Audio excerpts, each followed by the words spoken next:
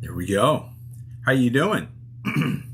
I have this time a short introduction to Lectio Divina. And in order to do that, I need to give a shout out to this, which I'm going to link. This is a pretty good book. If you ever want to look into the plethora of spiritual disciplines that people from church history have been using for literally thousands of years, this is a pretty good introduction. And in its chapter on Lectio Divina, it does a really good breakdown. So I'm going to draw mostly from this. Lectio Divina is really nothing more than a sacred reading of the scriptures. And before I dive into it, I need to let you know I've done cabin retreats with high schoolers where we did this instead of a normal lesson. And I have to say, it brought out so many good conversations. It helped to bring things out of the people in the room that I really didn't think was possible. And in fact, there was one time I was in a cabin with about 20 other people, and I was leading us through Lectio Divina.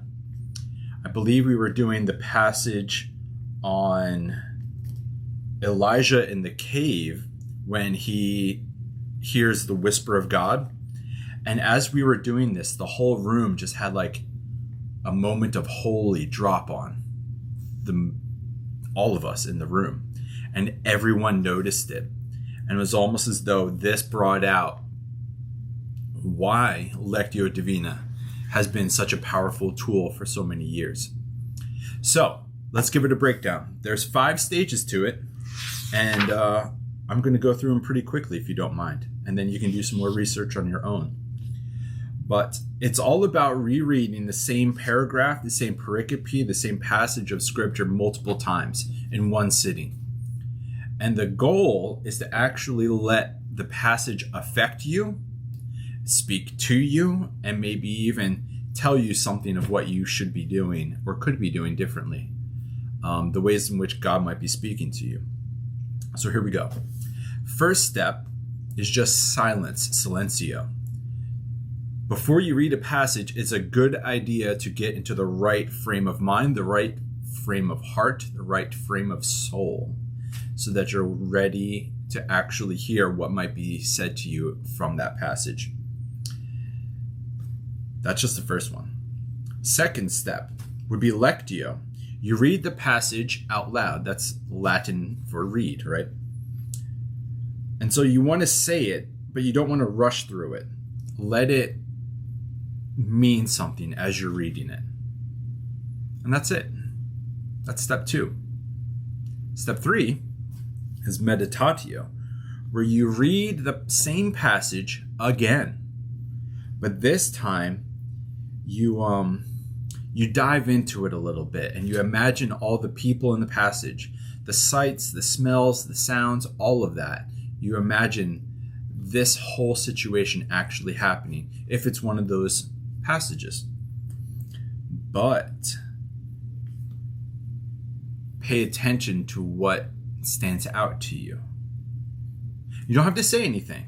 Just maybe notice a word or a phrase or a theme. You're like, I noticed this in this passage. And you don't even have to say anything more than that. Maybe journal it, just write it down, but you want to keep it brief. The next step after meditatio is 4, oratio, which means to speak.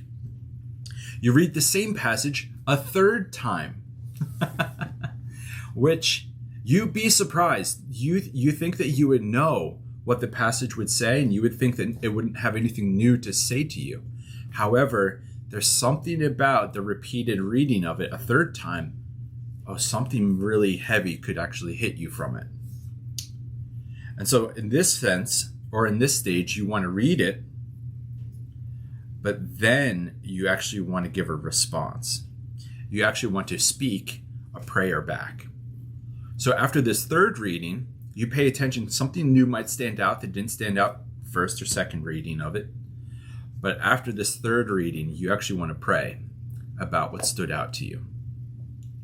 And so in some sense, each stage is about having more and more of a response from you. which is a very interesting way of thinking about it.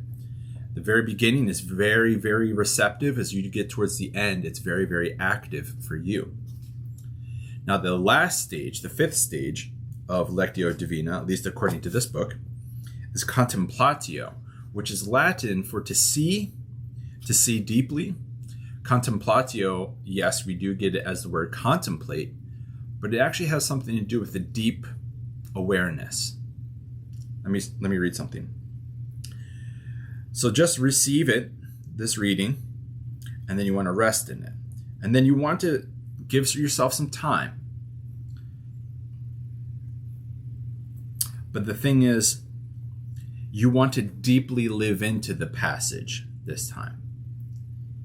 So again, I said that from the beginning, you're actually very receptive. There's not much for you to do. But by the end, the final stage, contemplatio could also be, I think the word is activa. You want to ask, what do you need to do? What does this passage tell you need to do in your life?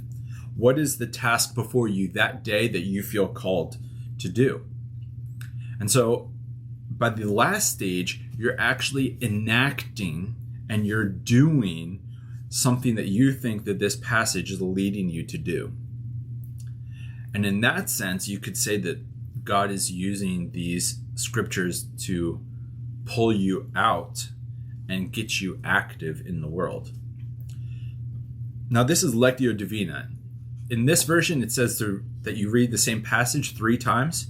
You can really read it as many times as you want, but the goal is actually to never just read it once, passively, and in a way that doesn't let it affect you or speak to you.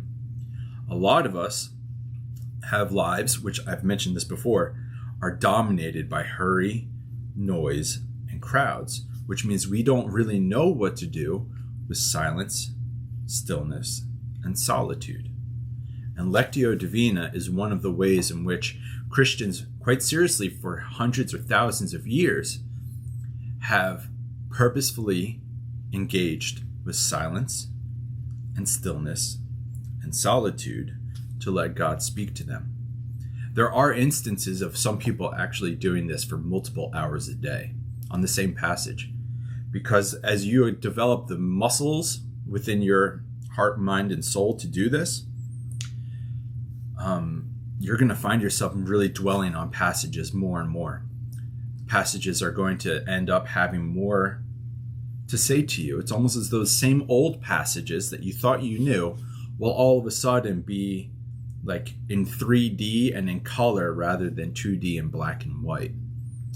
And there's even a lot of people that have said it's a marvelous thing to do Lectio Divina on the same passage a year later, or even 5 years later.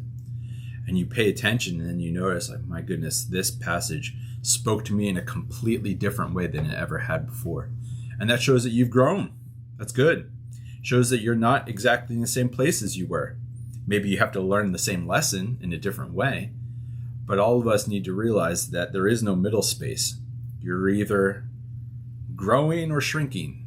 You're either making progress or regressing on the spiritual path.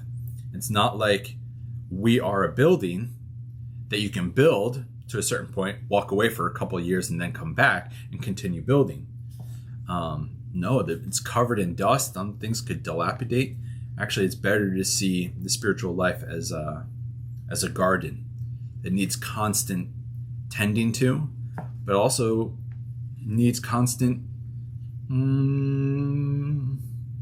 awareness of. You need to constantly look at it because actually it's quite beautiful. And good gardens are actually quite calming to be around, right? Same thing with a person who's got a well-cultivated soul. So thank you.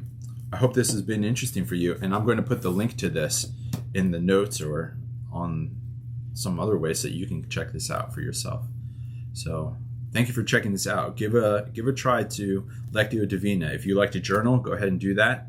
Or if you just want to pull open the Notes app on your phone, that's fine as well. All right.